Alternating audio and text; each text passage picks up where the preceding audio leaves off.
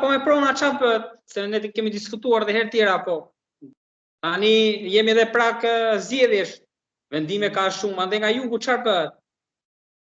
Pronat ka 80 vjet që po viden. Dhe po tjetërsohen. Ka 80 vjet që shqiptarët nuk kanë më atë ve. Zotri, prona është atë ve. Dhe kur s'ke pronë, s'ke atë ve. Prandaj dhe njerëzit dhe kryesisht rinia ka marrë arratin. Dhe kjo arrati si e rinis është e nxitur dhe ushqyer dhe e mbështetur nga kryeministri anti-shqiptar, që s'ka as gjak shqiptari, është hebre, dhe që mbështetet nga një band gangsterësh dhe hajdutësh që ka në kryet kupolës tia, të cilët i ka siguruar dhe i siguron nëpërmjet marrëveshjes si bëri me Sali Berishën në 2008 për ndryshimin e kodit zgjedhor, dhe janë këta do meten presisht të pushtet, këta nuk i heq më dot njëri pa u përmbysur. Dhe këta duhen përmbysur që të shkoj pronat e Zoti. Ne kemi thënë, edhe unë u kam thënë, edhe e keni ndjekur intervistat e profesor Pilinçit në YouTube, i cili ka thënë në mënyrë të prerë që prona do të këtyre që kanë fituar këto prona të grabitura nga shqiptarët, do të merren dhe do të shpërndahen popullit. Unë këtë besim kam, sepse kam besim të shteti amerikan, tek mbështetja amerikane që guri të gjej vendin në Shqipëri. Aktualisht jemi në një rrëmuj totale, jemi në një kaos të plot. Dhe ky kaos është i shtyr, i nxitur, i mbështetur nga një bandë kriminale në krye të Partisë Socialiste.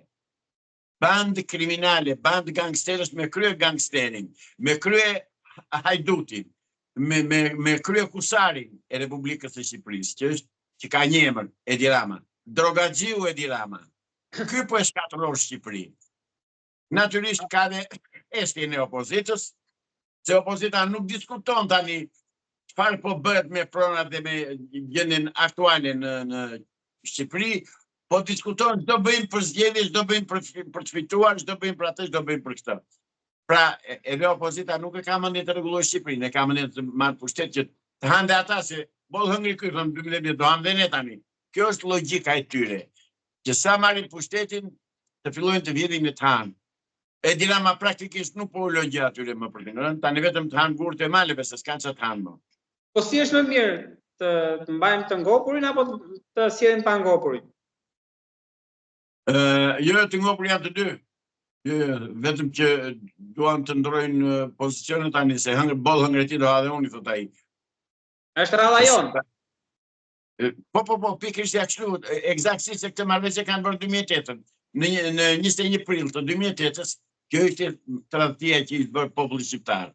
Dhe kulmi i diktaturës, që e kalon diktaturën e Stalinit apo të Hitlerit, është që këta do bëjmë zgjedhje thonë me vota të mbyllura, me lista të mbyllura, që qenë këto lista të mbyllura. Si unë e garanton ti se me këto lista të mbyllura, këta i garantojnë 100 vende për vetë tyre, që mund të bëjnë në marrëveshje siç janë, mund të bëjnë çfarë do lloj ndryshimi kushtetues. Sepse kanë të tëra votat i kanë bashkë dhe janë një parti. Të mos i gënjej mendja shqiptare se PD-ja është e djathtë dhe është kundër këtyre. Absolutisht jo. PD-ja është në unison të plot dhe Sali Berisha është në unison të plot me Edi Ramën. Janë të dy një lloj. Edi Rama është akoma më i rrezikshëm se ka karikën. Sali Berisha është i rrezikshëm se e mbështet atë dhe nuk ka frenim ai përpara. Kështu që mjerë ky vend ku ka mbritur. Avokatët e diçka përpara se kalojnë te politika tek pronat, kishim pak ditë më parë në mos gaboj një denoncim për një pronë në Ksamil. Nuk e di e keni ndjekur? Ksamili është një pikë ujë në oqean me pronat të zotëri. Kjo punë me pronat është në Ksamil, është në Korçë, është në Sarandë, është në Vlorë, është në Lezhë, është në Shkodër, është në Kukës, është në Tropoj, është në Elbasan, është kudo. Kjo punë është me pronat. Kushdo që ka një band të armatosur pas shpine, merr këtë cilën do pronë që të doj. Dhe ka mbështetjen absolute të kryekusarit Edi Rama. Domethënë, figura më e urryer sot për sot tani që po flasim bashkë në Shqipëri është Edi Rama, tek qytetarët e thjeshtë. Po ai ka mbledhur, merr nga LSI-ja, merr nga PD-ja, merr nga PR-ja, kandidat edhe pjesë e strukturave drejtues nga Ibrahim Llari, por edhe të tjerë, duke i futur në lista. Pra gjithë kanë vajtur aty, thon ai Rama shikon larg. Jo, Rama shikon larg, po jo për Shqipërinë, shikon larg për të ruajtur karrikën sepse e di që pret priku nga pushteti. Prandaj këta nuk e mbajnë këtë kod anti-njerëzor, antidemokratik, diktatorial, kod zgjedhor. Prandaj e mbajnë në fuqi, sepse u shërben atyre.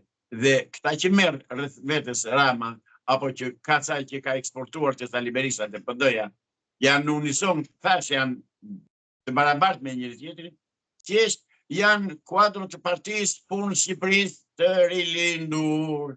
Kjo është rilindja. Fjala rilindje doli mbas 2008-s dhe nuk që kot. Po tani kemi njëri themelim të rilindjes. Jo, njëri themelim të Partisë Punës. Jo. Është rithemelim i Partisë Komuniste të Punës Shqipërisë, rilindja. Nuk është fjalë kot. Ti shikon të tëra simbolet e komunizmit i ketë të palëvizura fare. Vazhdon propaganda e tyre të gënjej dhe të mashtrojë opinionin publik dhe rinin. Kemi bërë luftë nacional qeveritare, thotë. S'është e vërtet, kanë bërë luftë civile, kanë vrarë njëri tjetrin. Nuk është bërë, se po të ishte luftë nacional qeveritare, do luftojnë kundër armikus, do luftojnë njëri tjetrin. Po me Gjermani nuk kanë bërë, se i kanë parë prej diktanë sa atrima qenë me Gjermanët. Kështu që betejë sot bëhet për të ruajtur pushtetin njerëzit e Partisë Punës Shqipërisë, spionët dhe agentët e Beogradit që qeverisin aktualisht Tiranën.